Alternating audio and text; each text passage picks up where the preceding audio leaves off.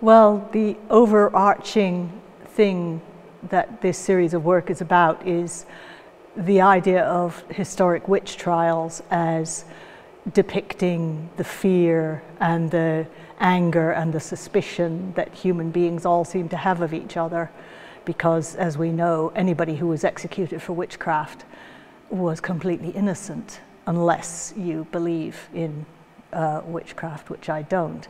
So these were constant streams and stories of injustice. Textile art is my medium. It's been my medium my entire adult life.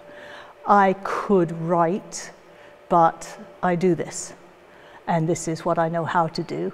I hope I do it with a certain amount of skill and eloquence, and I think it communicates well. The surface seduces people.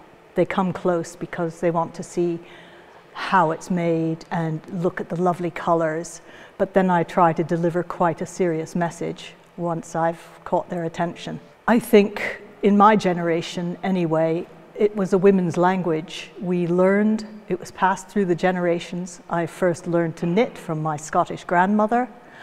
My teenage girlfriends taught me a knotting technique that was very popular at that time. By the time I finished my university degree, I wanted to be a textile artist. I think about the story. I do a lot of research. I have good relations with a lot of academics who study witch trials and the position of women as figures thought of as witches. In history, there's quite a strong school of historical study now, and I'm really fortunate because they're interested in what I do, and I'm interested in what they do, and I do a lot of research, and I'm thinking about that. I'm often thinking about the next piece I'm going to make. It's terribly slow, so one has to have something to think about.